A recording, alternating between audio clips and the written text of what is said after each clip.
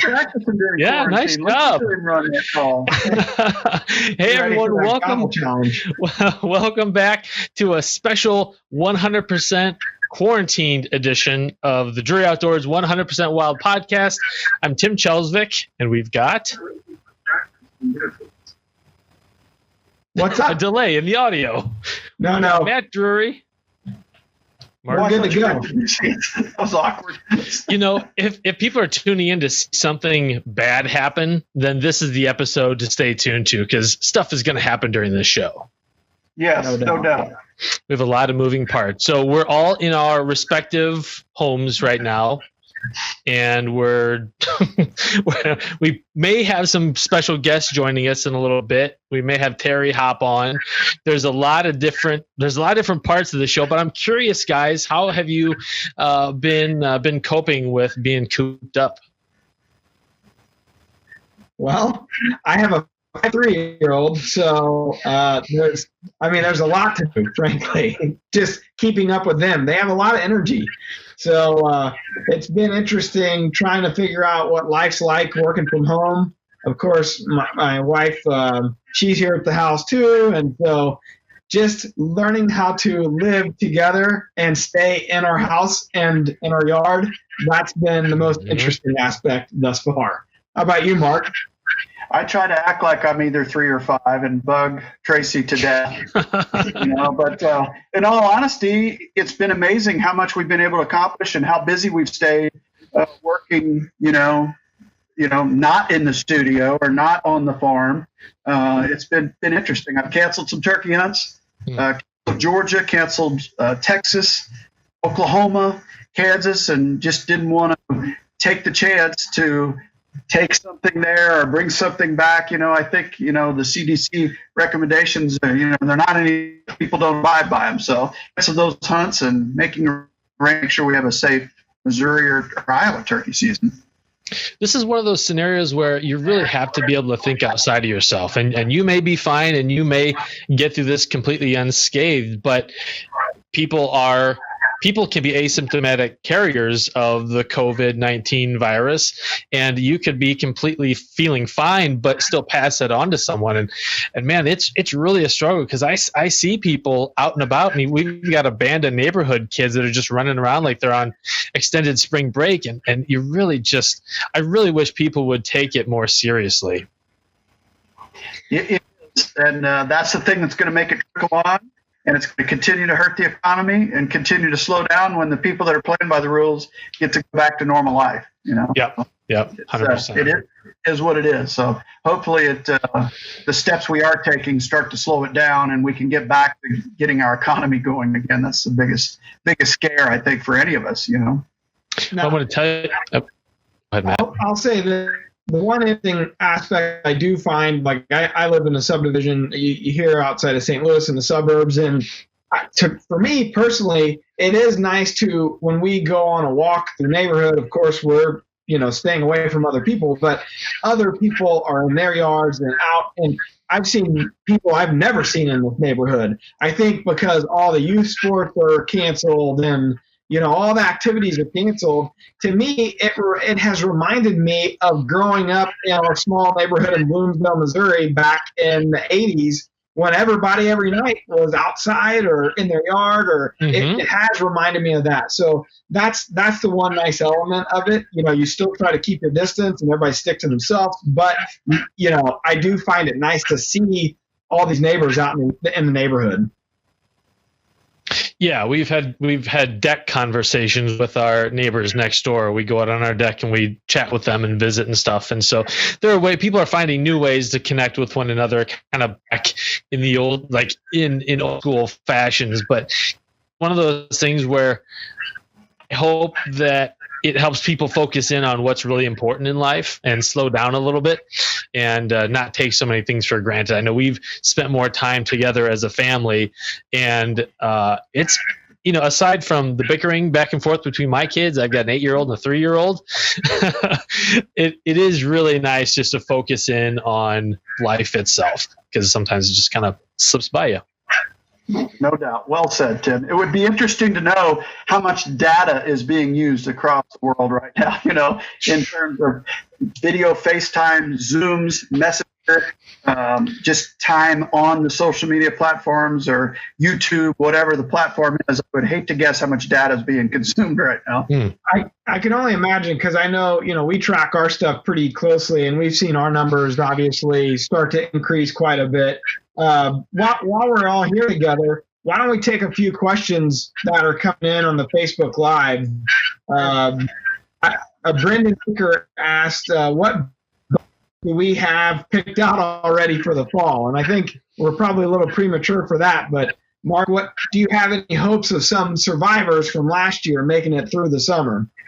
I'll show you a shed picture right here. That's a buck, and this is an interesting story, okay?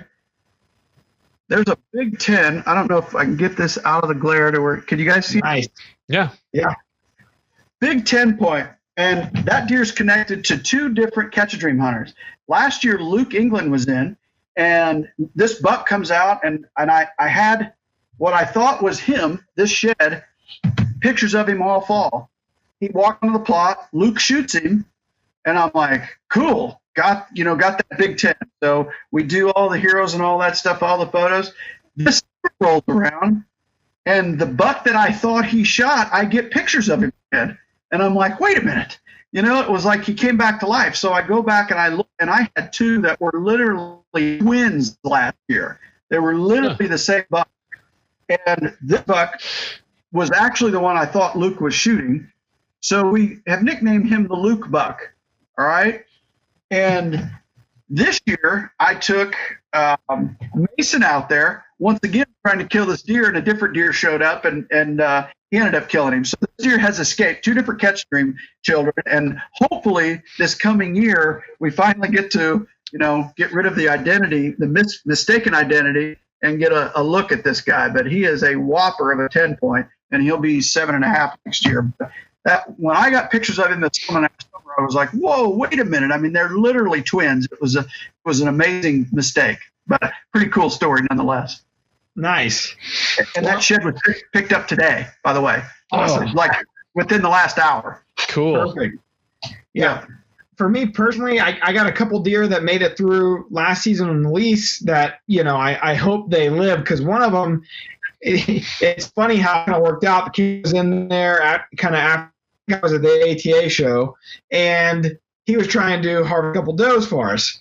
And behold, a couple deer that I had not seen all season long, I had been chasing, ran out in front of the blind in front of him at like 30 yards. And he got a good look at both. Well, then later that day or that evening, I got a trail camera picture of one of them. He had shed his side already.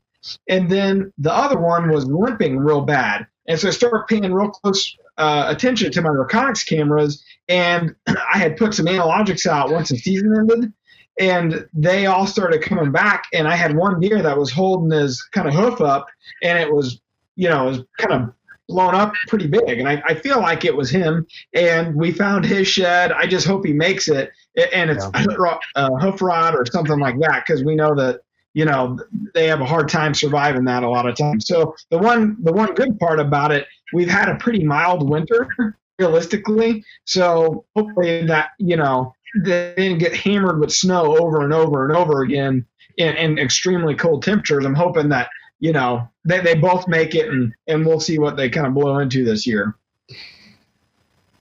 Yeah, I thought I had a close call with a deer that I called Brokey, or I got pictures of him in velvet back in August last year. Then he started showing up again back on the property just before Christmas.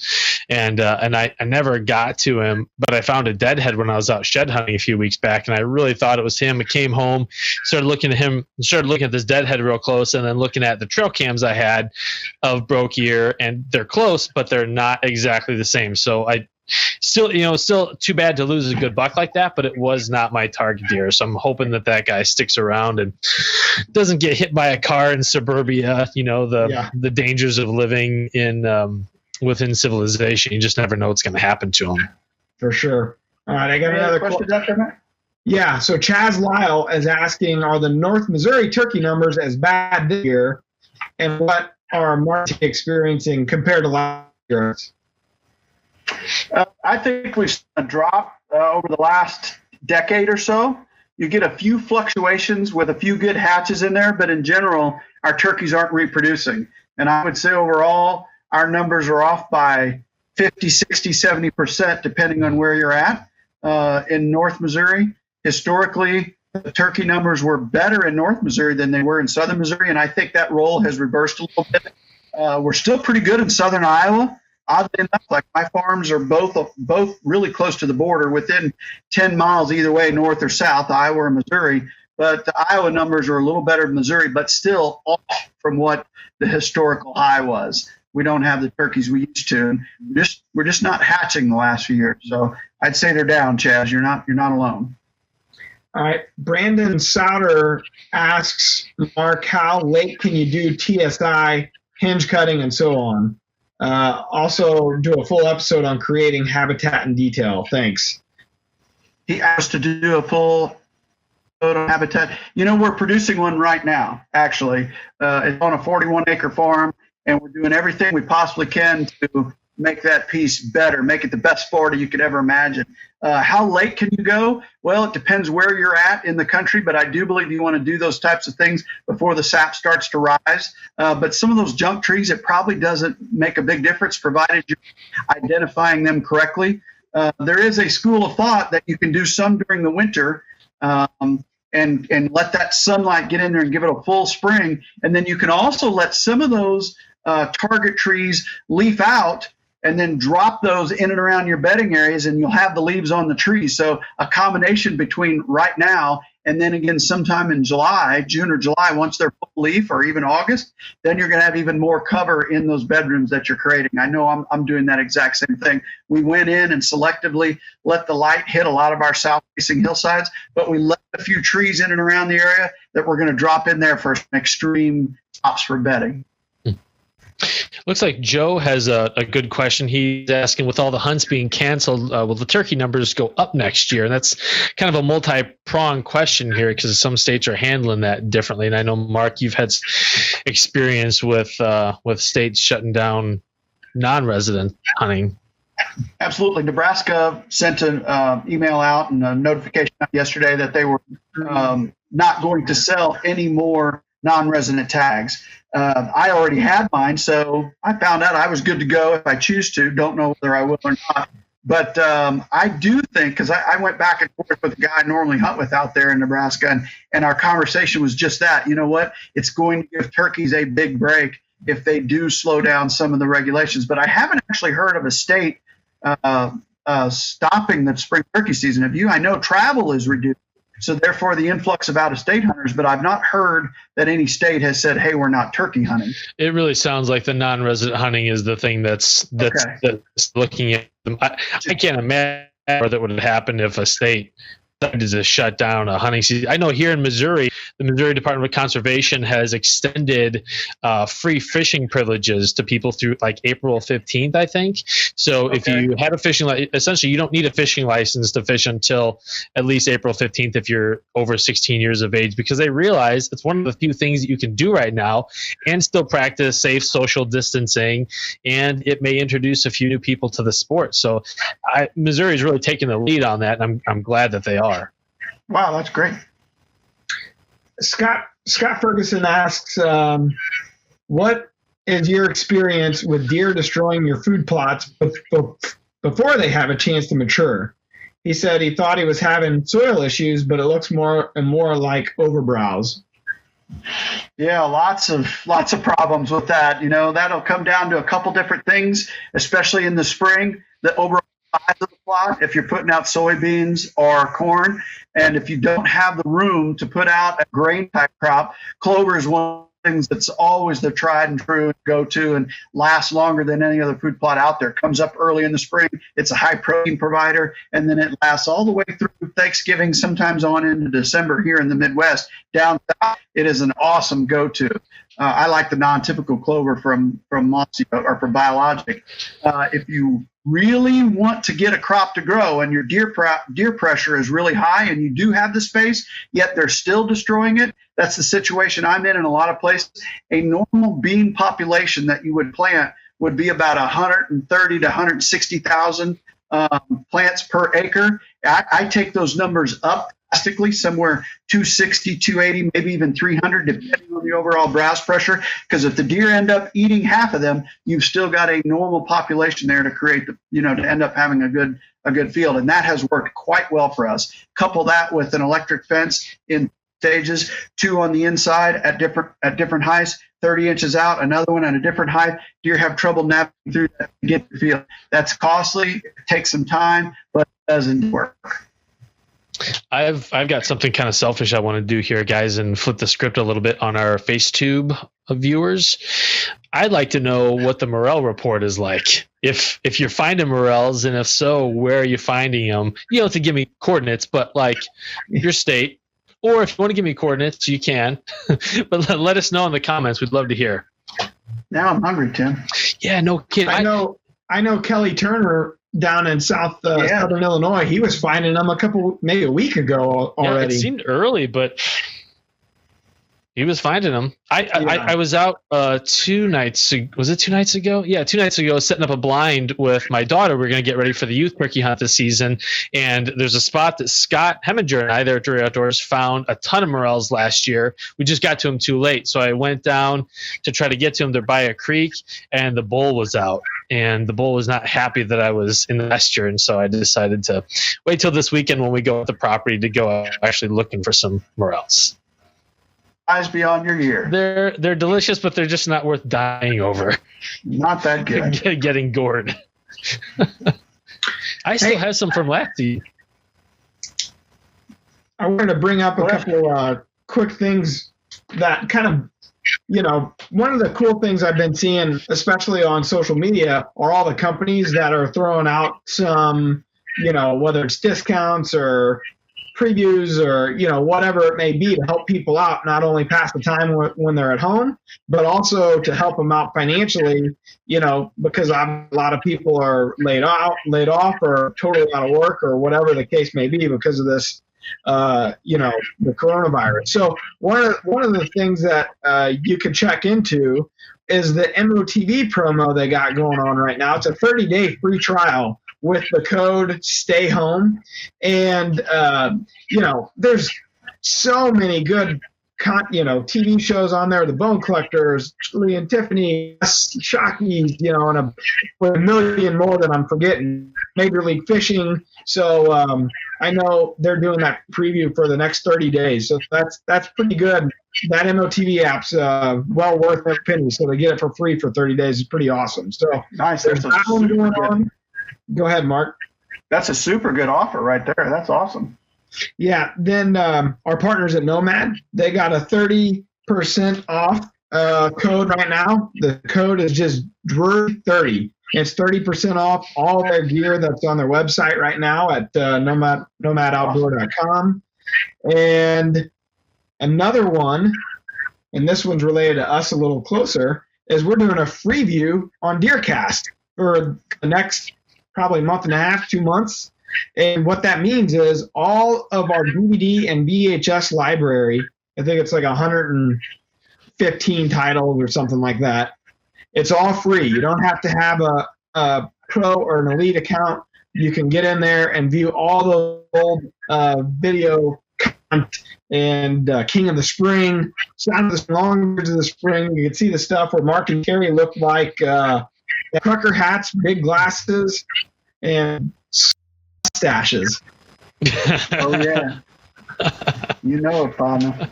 So there's over 220 hours of that footage that's now available to everyone during the free view.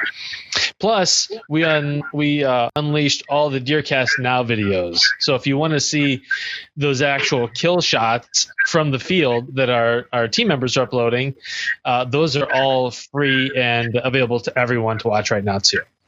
Super. Not to mention all the cool articles in there from their staff of writers Tim. What did you hit? Like article number 600 or 601 or something like that? Yeah. We hit 600, and we were talking about it. I was like, man, there's an awful lot of great content in here, and it's always been available to every DeerCaster. And so yeah, every day a new article goes up in there, and hopefully making you a better and teaching you some stuff and giving you something to think about. So Good deal. I'm getting a text from Walt Gabbert over at Mossy Oak, and he's saying that tonight on the Mossy Oak Go app, Mark's episode of Obsessed airs. So check that out tonight. I think it's on at 7, looks like 7:20 Central on the Mossy Oak Go app. So some more free content for you.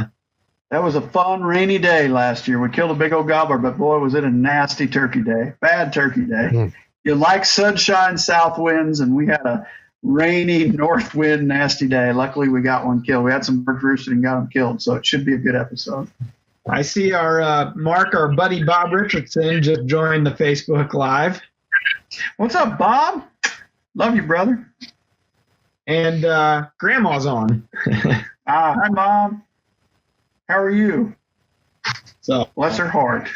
And they got it's fools here, so we got a real jokester. Andrew Bennett wants to know who's going to kill more turkeys this spring, me or Mark. Is there a question? Yeah. That's funny. We got to go first. Yeah, exactly. So what are you guys' thoughts on this whole coronavirus? When are we exiting out the backside? I think that's the question on every American's mind. How do we get, or everybody in the world for that matter, how do we get out the backside of this, quarantine period? I think my very uneducated guess will be mid-May, if we're lucky. Yeah.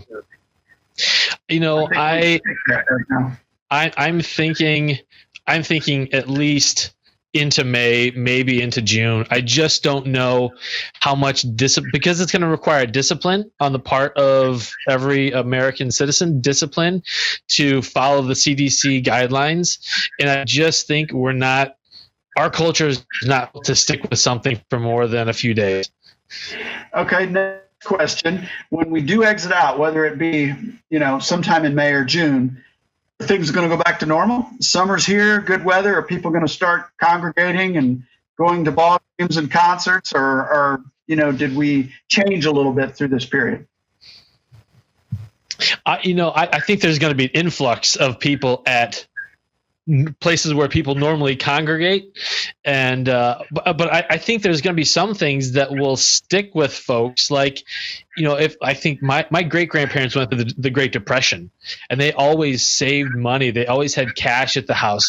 They always had extra food in the deep freeze. And so I think if this thing carries on for a few more months and people start to feel the pinch of that, we may see some artifacts of the Great Depression in this new generation of people never wanting to be short on toilet paper or meat or any of those staples again.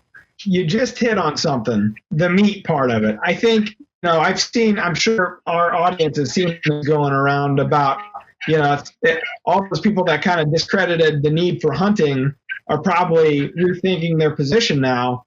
And, kind of a funny meme at first, but in all reality, it is reality. I mean, it's not looking so crazy anymore. The need to, and I saw Jim Shockey posted about this today, actually, that, we might actually revert back to de-urbanization, if you will, to an extent. I talked to our friends at Mossy Oak Properties yesterday and said, you know what, they're excited because they feel like it might be an opportunity where people say, you know what, I do need a little piece of my own property, just because you just never know. Hopefully they can afford it. That's the question, is the economic side of it. I really worry about, the health of so many different industries. I really do worry about it. Think of the airline industry, the hotel, restaurant industry. I mean, it's the crew.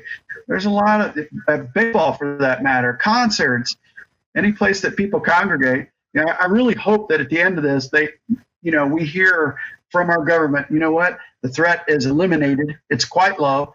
Go back to being normal, and I hope people go back to being normal. I really hope that, so that we can get our country back, because we really were enjoying the best of times prior to this happening, and then within a week it all stopped. Yeah. One industry I think that will likely benefit from this is, the move to hard goods, like actual physical, tangible goods, is the firearms industry. Uh-oh. Matt, do you have an announcement? Yeah, you guys mentioned baseball and wishing we could get back to normal with baseball season, so I figured I'd FaceTime our good buddy from the St. Louis Cardinals, starting pitcher and stud, Adam Wainwright. And hey, Waino. How you doing, buddy? Flexing. Oh, hold on. Let me turn your volume up. Here we go. There you are. So, Adam, in your opinion, where do you think all goes, for this season? Is it something that we're going to be able to get back to normal, or is it just kind of on hold indefinitely? Well, eventually at some point it's going to get back to normal, but right now we're on hold and we don't know when it's going to end. If you hear something, let me know. But right now we're just in a holding pattern, and we're trying to figure out exactly, how much to do without doing too much. Our arms were, as pitchers, our arms were almost ready to rock to go into the season now.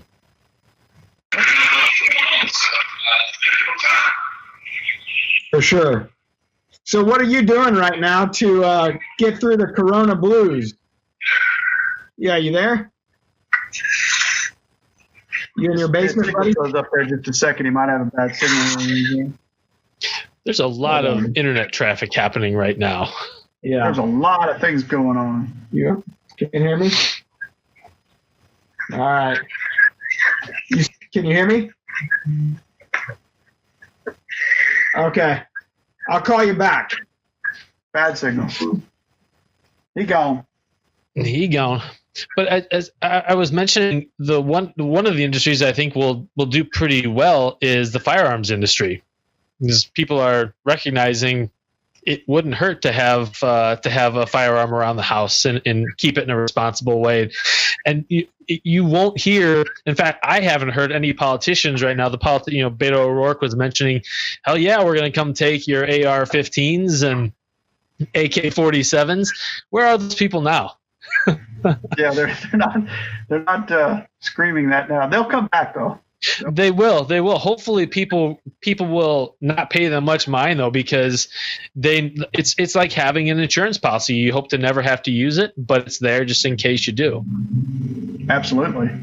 It's been pretty remarkable to see some lines outside of gun shops across the country. To your point, you might very well be correct. That could continue. I remember when the last time we went into a bit of a recession, gun buying was quite high. I think that at that point, because the administration that was in office at the time, but our industry as a whole, even though we were down as an economy, our industry did pretty good, and most of that was because of interest in owning a gun and ammunition. Sure.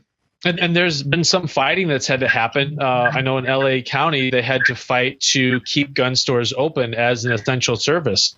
So there was an official out there who tried to get them deemed non-essential, so they could shut them down. And they said, no, people need this. So I'm glad that common sense prevailed there and allowed people to exercise their Second Amendment right and protect themselves. Absolutely. God bless the NRA and the Second Amendment. That's all I can say. Yeah, no doubt.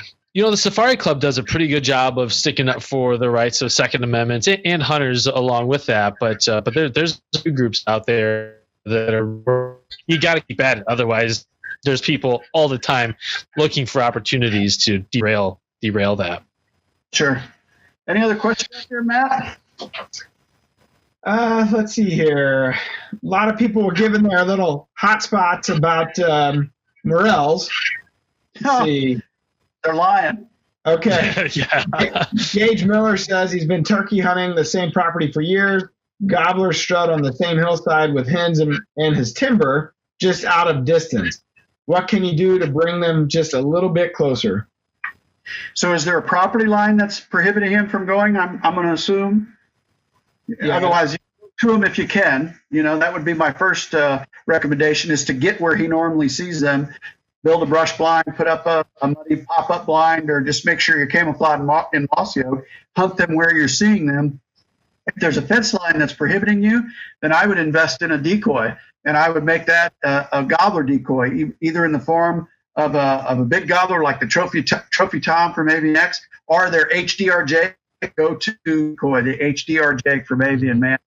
Looks, it's lifelike. I put it up, and I get a lot of really good responses to that decoy. So you either have to show them something to bring them over, or go to them. One of those two things. One other point there would be the Winchester Longbeard XR, because it does give you that extended range, which is what it stands for, to be able to reach out and touch them. And, I know when it first came out, a lot of hunters were wondering if it was ethical or not, but we've tested that stuff over and over and over. And I mean, you could feel pretty good, especially, we have these Leupold scopes on our guns. 60 yards, 50, 60 yards isn't crazy with the right conditions. Correct. That is correct. So really depends on his distance there that he's trying to get to. And you want to make sure you pattern your gun. We're getting those results through our Indian Creek chokes and our Winchester 12 gauge SX3. So throw Creek in whatever gun you're shooting. Try a longer XR. How it does for you. Wants me to give him a try. He said he's right next to his robbers.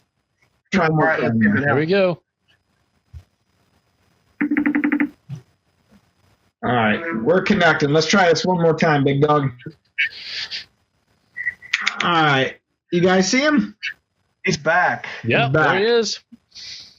Look at those ugly guys. So, Adam, you got a very big family.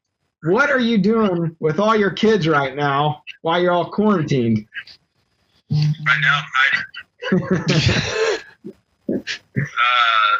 are running wild. I was trying to get a workout in just now, and my little 1-year-old son wants to work out with me so bad. He just can't understand why he can't come in the room with me and lift some of these weights. But they're making the most of it. For the most part, I'm pretty proud of the way that handled all this. They're not having to go to school. I don't feel too bad for them. They got a pretty sweet deal right now with being home, and luckily we've got some food and we got a lot of hangout time. So we're going through the Marvel series, watching a lot of movies, watching some American Idol. We're trying to school them as best we can, and it's a full-time job with kids in the house never going to school. I can tell you that. So you're keeping your sanity the best you can. That's right. Yep. So what are you doing workout-wise to try to keep that arm ready to rock if and when they do start baseball back up? Yeah, I've got a net, a big, 8 feet wide, 8 feet tall net that I've played catch with for the last 2 weeks. My teammate, KK, my new Korean teammate, he got here today, so we went out and played a little catch, 6 feet apart minimum. Of course. And my arm's staying in shape. My arm's it's better than I thought it was going to be. Actually, I got 13 baseballs, so playing into this net, I back up, as far as I need to go back, and then I throw into this net, and by the time it takes me to go pick the balls up and walk back, it sort of simulates an inning. So it's pretty good stuff, Getting a lot of steps in, I bet. I'm getting some steps in. Of course, I got 5 kids, like we talked about. I get my steps in no matter what. You guys are running me ragged. Wayno, let me ask you this. What are you, 37 now, 38? 38. Okay. So do you view this break as, you know what, this gives me a little more time to rest up? Or do you view this as, you know what, Father Time's probably not on my side. History or statistics would show that. I wish we were playing. How do you view this mentally, this break? That's good. One was missed with Matthew, and kind of got thrown off. Okay, so you're 38. you've got an extended break where you're not throwing, 6-7 innings every 5 days. So do you view this as, you know what, I'm giving my arm a little bit more rest in the off season, or do you view this in your head as, I'm 38, Father Time's against me here a little bit, I wish we could get going? Like, which side of that coin are you on? I'm on both sides of the coin if I can be. As a 38-year-old baseball player, and the rest of the world thinks 38 is pretty young, but in baseball, you're like Father Time if you're 38 years old. Right. There's only so many bullets you've got allotted, so I'm trying to save some bullets, keep some powder dry. At the same time, I'm a competitor, and I was really close to being ready for the season. And my last start, I threw 5 innings and felt really great. And it felt great for the first time all spring. Just everything was clicking. I just felt so confident. And I really didn't even need any more start ready for the season. I was ready to rock. And then as soon as I walked in after my 5th inning, we found out mid-game that spring training had been postponed. So it's kind of like all the time. But I wish they could have given us this warning before spring training started, which they couldn't have. But I wish they could have. So that we didn't get all, ramped up and almost ready to go. Yeah, I hear you. Well, hopefully we're back out there soon, and you've got the correct ramp up time, and it doesn't, because you can see this type of situation. All of a sudden they go, okay, it's time to go. How much time will you guys need, particularly the starting pitchers, to get back in game form? Yeah, it'll depend on how well we can kind of keep our arms going, like we talked about. I mean, it's one thing to throw a long toss and play pitch from a long ways away and strengthen your arm. It's a whole other thing entirely to have all the feel for your pitches and be able to dot them, right where you need to in the strike zone. So that's going to take a few weeks minimum. But if we can keep our arms going and keep them strong, ready to kind of get back on the mound and get going quickly, then it should take a couple of weeks. But that's minimum. I mean, as starting pitchers, it takes time to build that program out a little bit. Yeah, I can imagine. All right. So who am I talking to right now besides beautiful gentlemen I can see here? Am I speaking to an audience or anything? You are. You're live. I should have told you that. You're live on Facebook. On the Good thing we get that cleared up. My bad. Yeah. All right. Well, what's up, all the people that are tuning in? I appreciate the Trues for all they've helped me and taught me about hunting and the outdoors. And I know y'all are learning and all that from them also. So you're listening to in my mind, the greatest hunters in the world besides Matthew.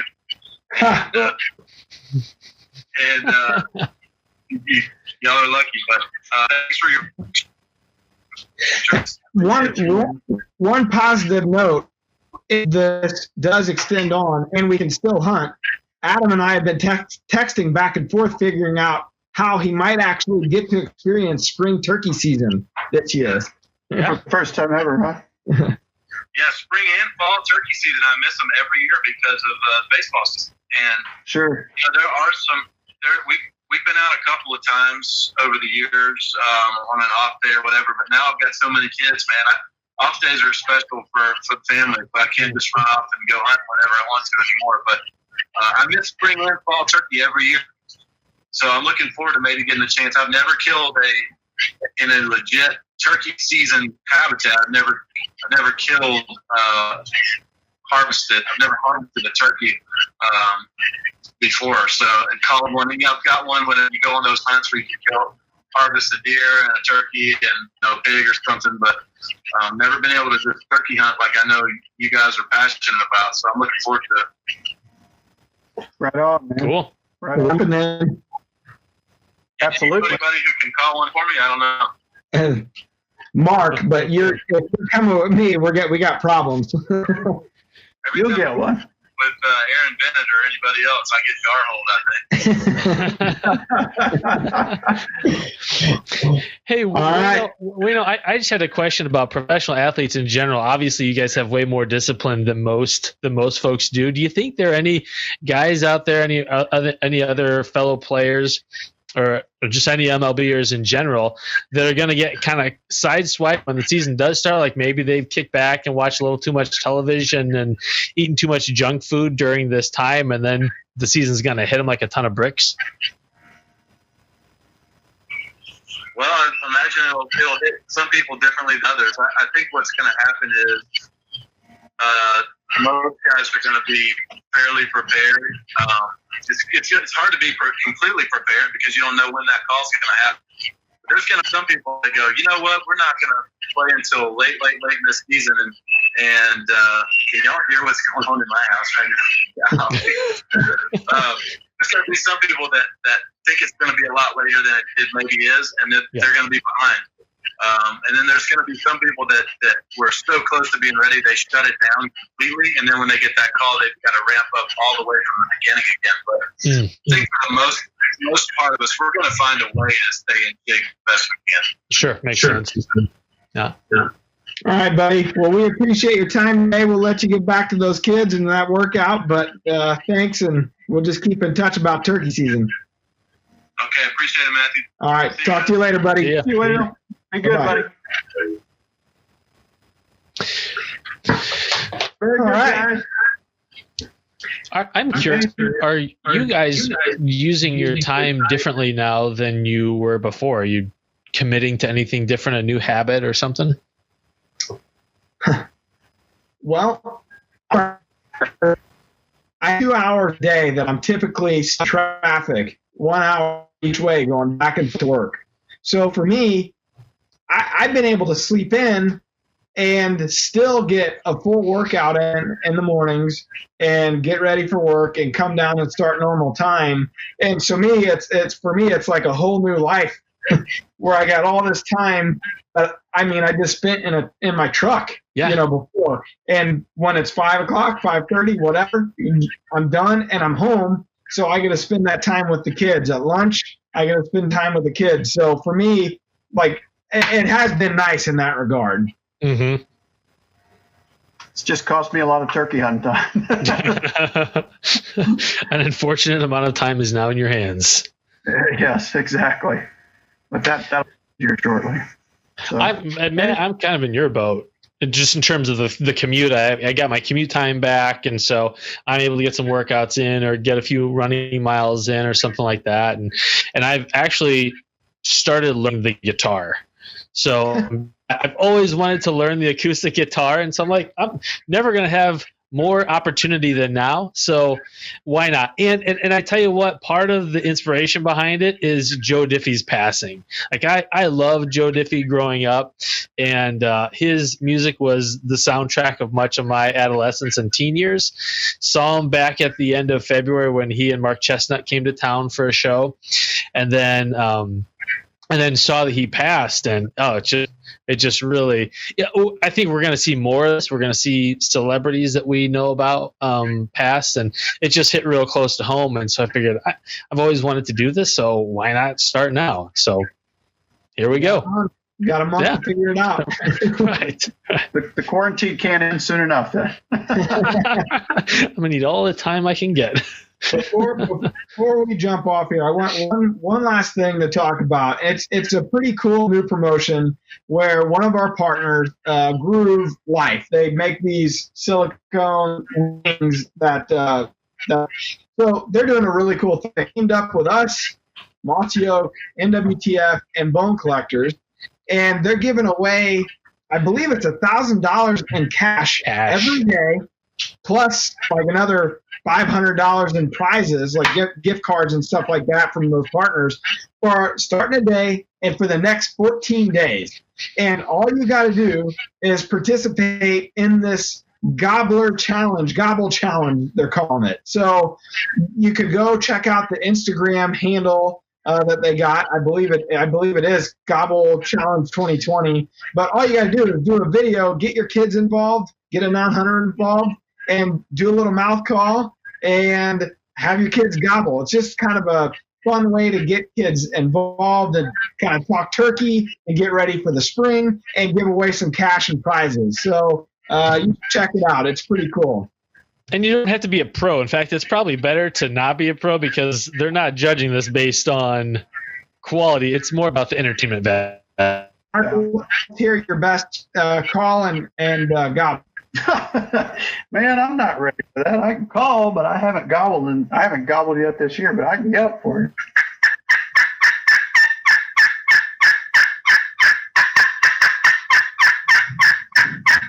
I'm ready to make that deal. It's coming across the yard right now. Yeah, absolutely. There it comes. Last question we got. A guy's asking Mark what advice you give to his 9-year-old daughter going turkey hunting for the first time this Saturday. Have fun. Have fun, darling. Don't get too cold. Take something to occupy your time. Ask Dad every question you can about everything you see in the outdoors. Ask him for extra candy. Make sure you have extra candy with you, Dad. That always helps. And just have fun.